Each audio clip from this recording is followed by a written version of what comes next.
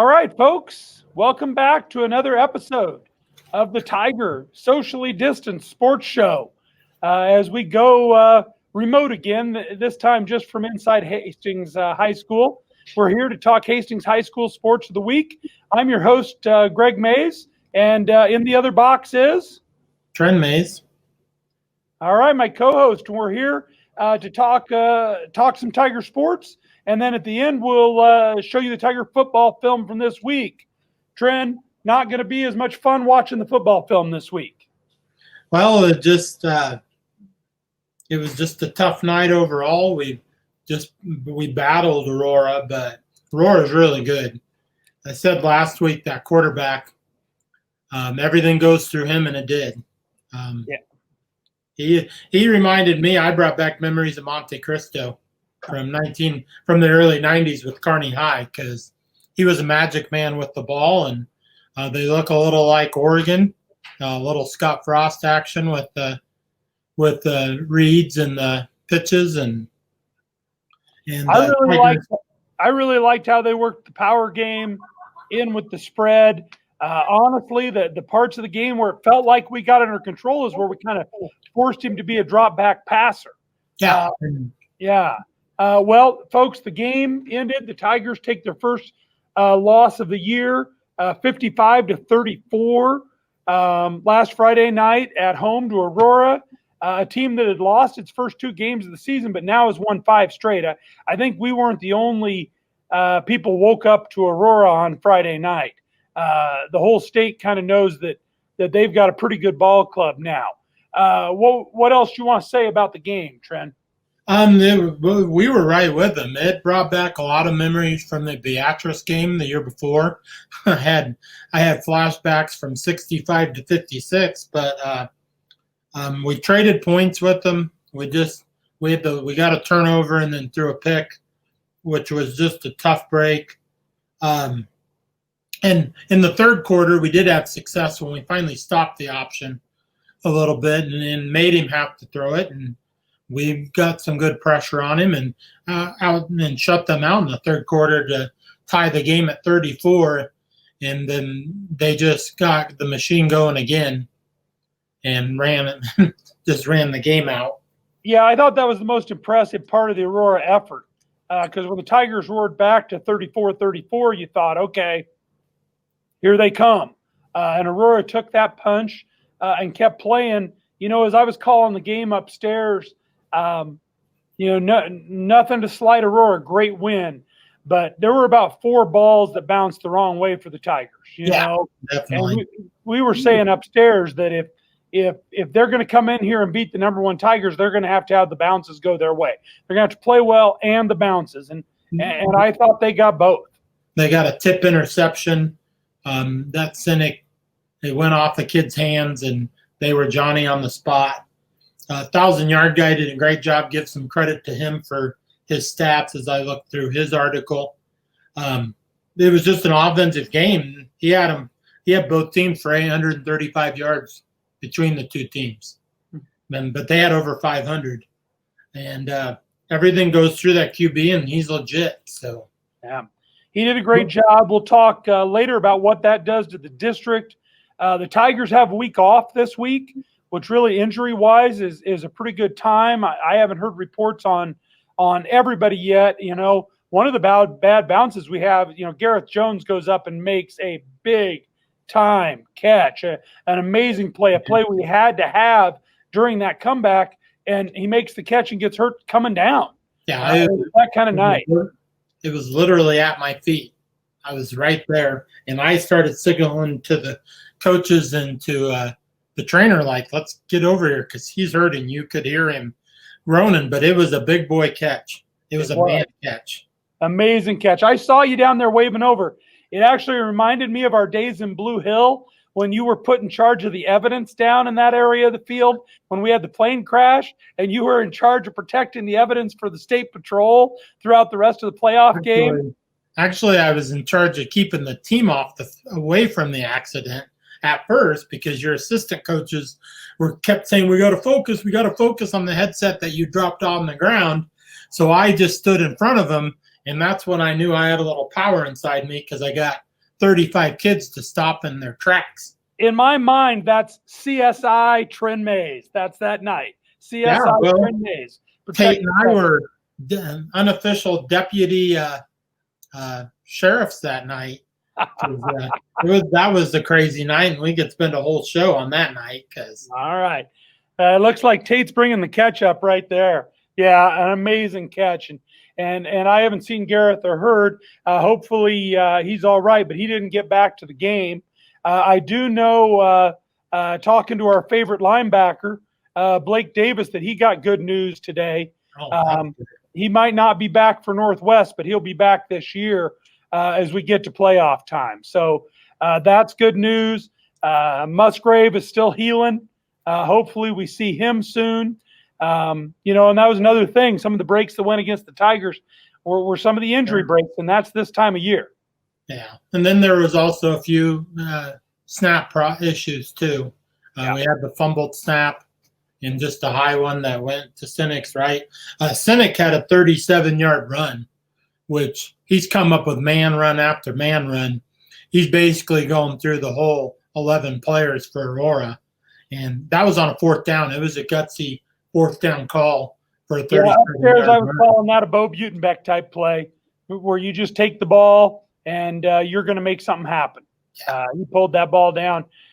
So a lot of good things for the Tigers, and I think a good bye week. Back in February when we first saw this schedule, we're like, oh, do you want a bye week right there? I think it's not a bad spot. Need it right now. Cool, use the break, and then power into the season.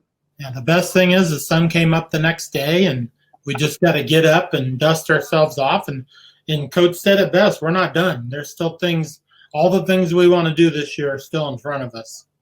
Exactly, and we'll talk about playoffs and districts and all those things before we watch the film. But let's go for a minute to some other sports. Volleyball still going strong. Our only indoor fall sport. They've probably been most challenged by the virus. As far as masking up, even as they play. And last week they've had a little time off here, kind of a bye week like football, but last week they had a triangular with Beatrice and Northwest. They beat Beatrice in straight sets, lost to Northwest in straight sets, and that's just been the story of the volleyball season. They get one and they can't get two. They haven't been able to get rolling and get a streak going, but it's getting to be real time for them. They've got one more regular season match. They're going to Norris, south of Lincoln, the Norris Titans, and Norris is 19-4. I know they've got some great athletes on the softball field and on the volleyball court. I think the Sty girl, you recognize that name, Trent Sty. Yeah, I think she plays volleyball for them. She's a heck of an athlete. They're 19-4, so we'll see if the Tigers can go get some district momentum on that trip to South Lincoln. And then they've got sub-districts, the 26th and 27th.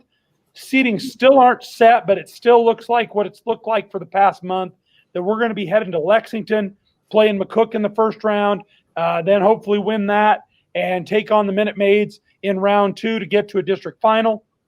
The girls still have some playoff positioning where they have a chance to make a district final even if they don't win that sub. There's nobody rated in that sub. And so, to me, it's kind of wide open for the picking. Girls golf is completing their season as we speak. In fact, last report I got, Natalie Brandt, our lone golfer out at Scottsbluff in the Class B golf tournament, is in the clubhouse and tied for 39th. That's out of 67 golfers. So a great run by Natalie. And she's still got a chance maybe to move up one spot, maybe two. Just something for the trivia books. I don't know who's leading now, but last time I had checked, through 11 holes of the final round, a girl named Karmazin, a freshman, was leading. She's from Elkhorn North, Trent. She could be the first ever state champion in the history of that school. I don't even know their nickname yet. It's like Wolves or Wolf Pack or something. I think they're the Wolves. The Wolves? Every new school's been picking Wolves lately. It's the trendy pick. Yeah. Trendy pick. All right. Let's see. Let's talk tennis a little bit. The boys tennis team will be finishing up their season this week at State Thursday and Friday. Braden Schramm, we got some big seeding news yesterday. Braden Schramm has been the boys' top tennis player all year. He's really who you want to watch in the brackets at state. Braden is going to play number 1 singles, which wasn't a done deal. Sometimes in tennis, they do some gamesmanship about who's playing number 1 and who's playing number 2. But Braden's going number 1 for the Tigers. He got the number 8 seed. There's a couple reasons to like that. He'll see Omaha Gross in the first round. Hopefully somebody he can handle. Record-wise, it looks like a good match for him. And then he'll see either Kearney Catholic or Lexington in the second round. And I believe he's beaten both of those guys. So a nice maybe path for Braden to get to the third round. Braden finished 6th last year in number 2 singles. So he'll be trying to get into the medals in number 1. In that third round, he'd probably run into the Hines kid from McCook, 35-0. Braden has lost to him, but kind of think he's reachable. My in on the coaching staff. You know who that is, Trent? Maybe your wife. I'm not That's sure. my wife. Yep, she thinks Braden's got a chance at that one. So maybe we get him past the third round, or he plays back for the medals. He's our only seeded player. We got some other young guys who are going down for experience. See what state is like. See if they can get a win. See if they can steal a win. So we'll keep an eye on those brackets on Thursday morning. Cross country winding down too. This Thursday, they go to Ogallala to the Crandall Creek Golf Course. You ever played golf at Crandall Creek, Trent? No, I did not. We're not really big golf guys. Golf courses are great places to hold cross country meets as well. Yep. As long as we're not running in them. The Tigers will be competing against Alliance, Gehring, Lexington, McCook, Grand Island Northwest, and Scotts Bluff out there. Last year, the Tigers were in a district at Norris, south of Lincoln. So This is a big switch. The girls won the district last year. The boys, inner districts, I think, as healthy as they've been all year. They are rated 5th in the state. The favorite in the district is probably Lexington, who's number 2 in the state. And don't look past Gehring, who's number 8. So a great district. If the boys can come out of there with a win, be a huge feather. The girls are number 10. I do not think they are as healthy as we would like them to be. We'll see who's able to run on Thursday. But the girls' district is loaded. The girls are ranked 10th in the state. Gehring is 7. Gehring is 6. McCook is 7. And Lexington 8. So very challenging districts. And then, of course, we'll be excited to watch the Tigers. Hopefully they can get top 3, both teams, and compete at state over in Kearney next week. All right. Now it starts to get interesting. We've got our first state championship competition. First pitch tomorrow at state softball at 2:00. What are you thinking about the Tigers' chances at state, Trent? Just be interesting. Crete's been sort of our bugaboo at state a little bit. And, Crete's really good. Don't get that wrong. But the Tigers did beat him 5-4 when we played him in a invite or some games on a Saturday. The Tigers did a lot of great little things against Adams Central in the district final. They played a little small ball. They got some bunts down. They had good situational hitting with pop flies. We got some sack flies and drove some runs home. When they beat AC in the first game, 12-0. Made short work of that. Yeah. Just got in and got that done. Yep. Yeah. You never know. Hopefully we're healthier than we have been the last couple of years at state, and it's a new season. So weather definitely gonna play a big part in the game tomorrow. Probably when they're warming up, it'll probably be in the 80s. Wind's gonna crank around from the northwest and blow at a gale, and everybody knows the wind blows out at Smith. So field 2, that wind's gonna be blowing in probably straight in from center. So, and small ball is going to be huge and moving girls up. And good thing I think I really love what they're doing is they're making these pitchers work. The Northwest girl, she threw like 90 pitches in 4 innings. They're really good pitcher when we beat them in the semis in the winners bracket. And they just take pitches, they draw walks, they do the little things. And then we have the pop with Delaney and Kaylin.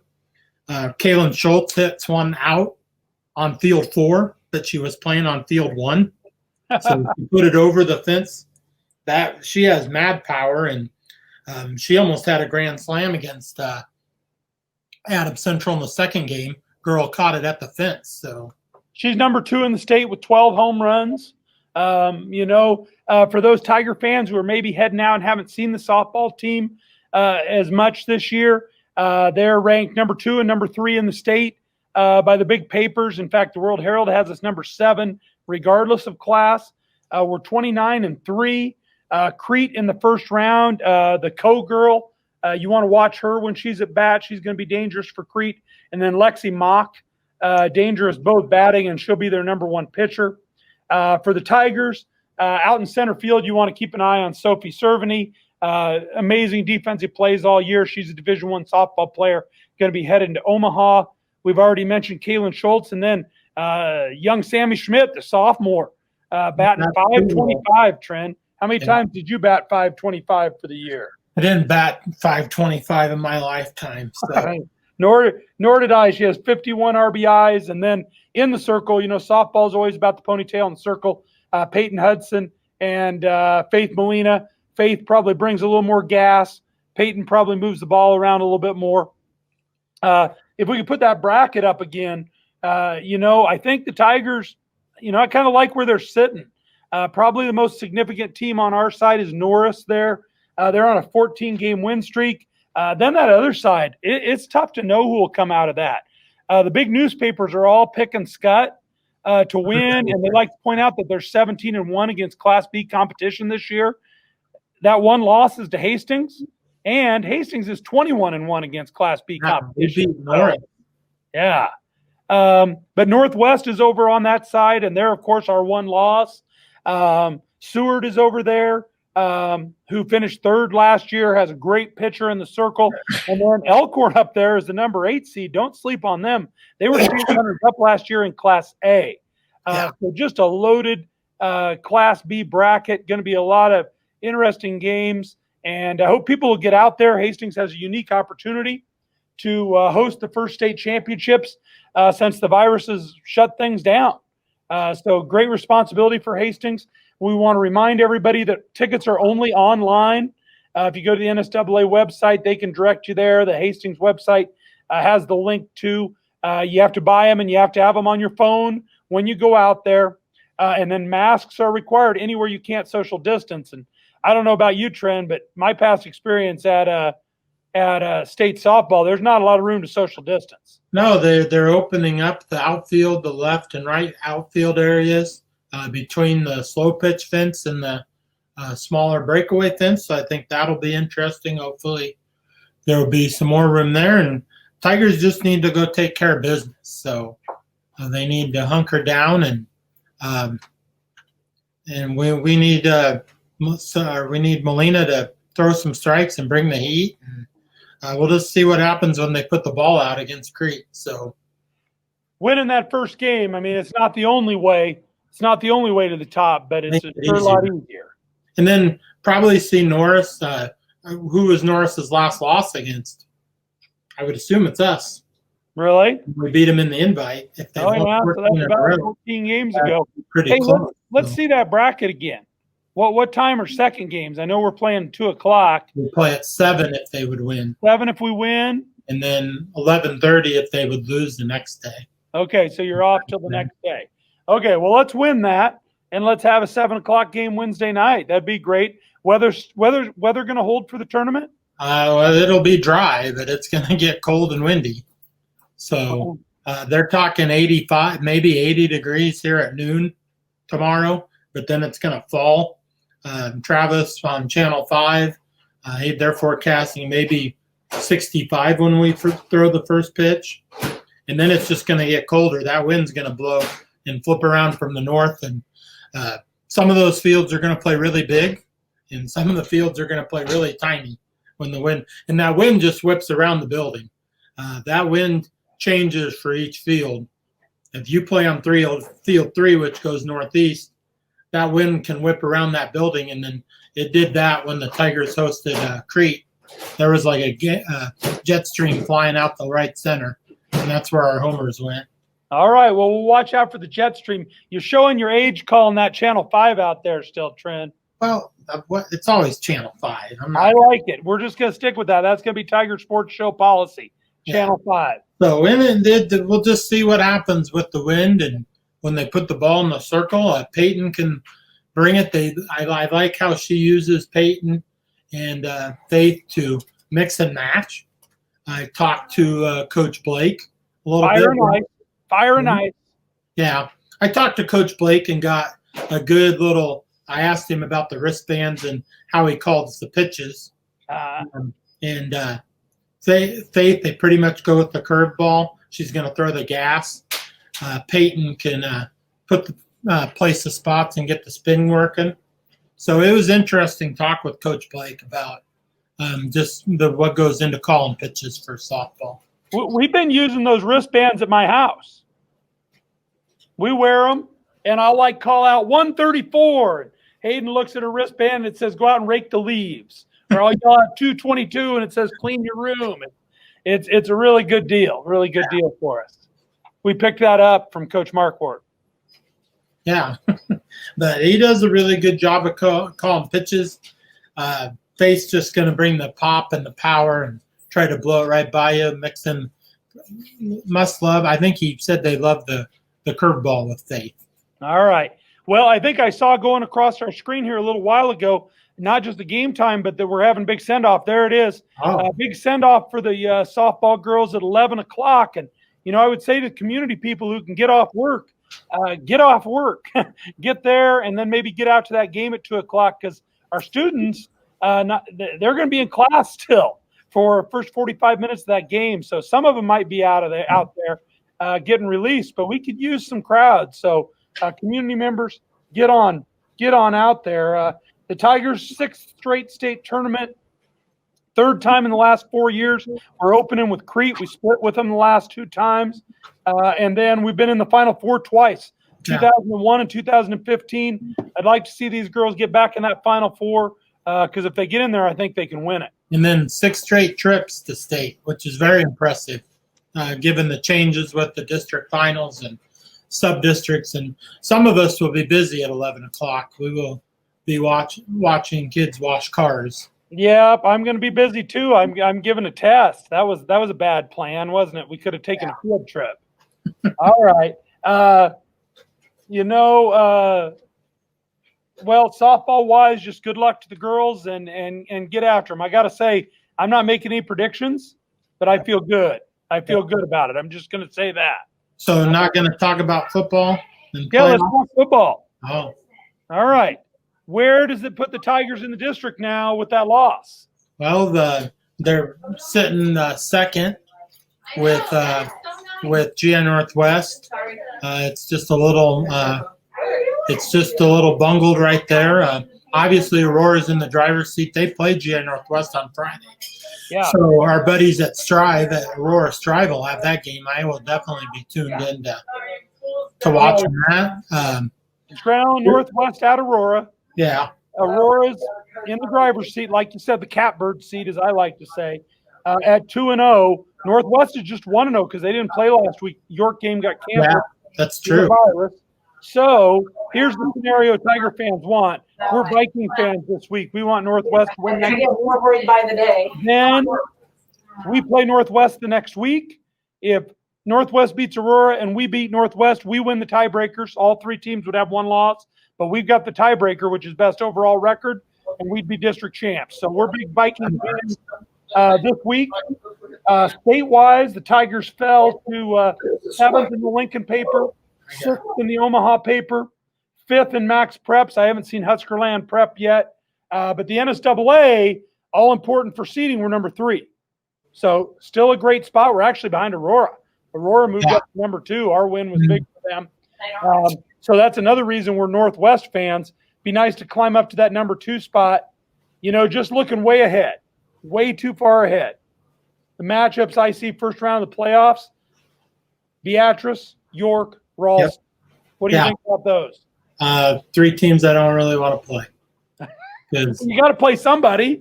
I'm sorry. York can run the ball. He's a good coach. Beatrice still has the kid who ripped through us running the ball. And probably the best one of the bunch is that Ralston kid who I guess he's got speed and power. We just had a visit upstairs. We just had a visit from the Tiger cross country staff. We probably could have stopped and had them stop in and visit. Had them in. Yeah, could've got library an gets a Indian little today. busy after school. All right. But it'll be Well, interesting to see how it works out. That game's huge, but we just need to go to Northwest. Last year, we played that up for district title game and sort of ran into a buzzsaw. But we could use the Vikings to win that game. And then we just need to go get healthy, right the ship, get that mojo back, and get feeling good going into that game week against Northwest, and just, I guess, put the ball in their little field and see what happens. all right. A couple quick updates from the underclass. JV football scored some points on Kearney yesterday, but got beat 40-24. That's a great game for our young kids to be playing. You know, Kearney plays a great brand of Class A football. Our freshmen are going to get a knock at that on Thursday as they play the Kearney freshmen. Their freshmen are 4-2 right now. We've got some great kids going at the young levels. All right, we're ready to go to the film. It's not exactly a horror film. A lot of good Tiger things, but you're going to see Aurora make some big plays, and you're going to see some bounces go against the Tigers. So right now, we'll not on the live stream, but those of you who are watching the non-live stream are going to get to see the Hastings 55-34 loss to Aurora. Thanks. Another week of the Tiger Sports Show.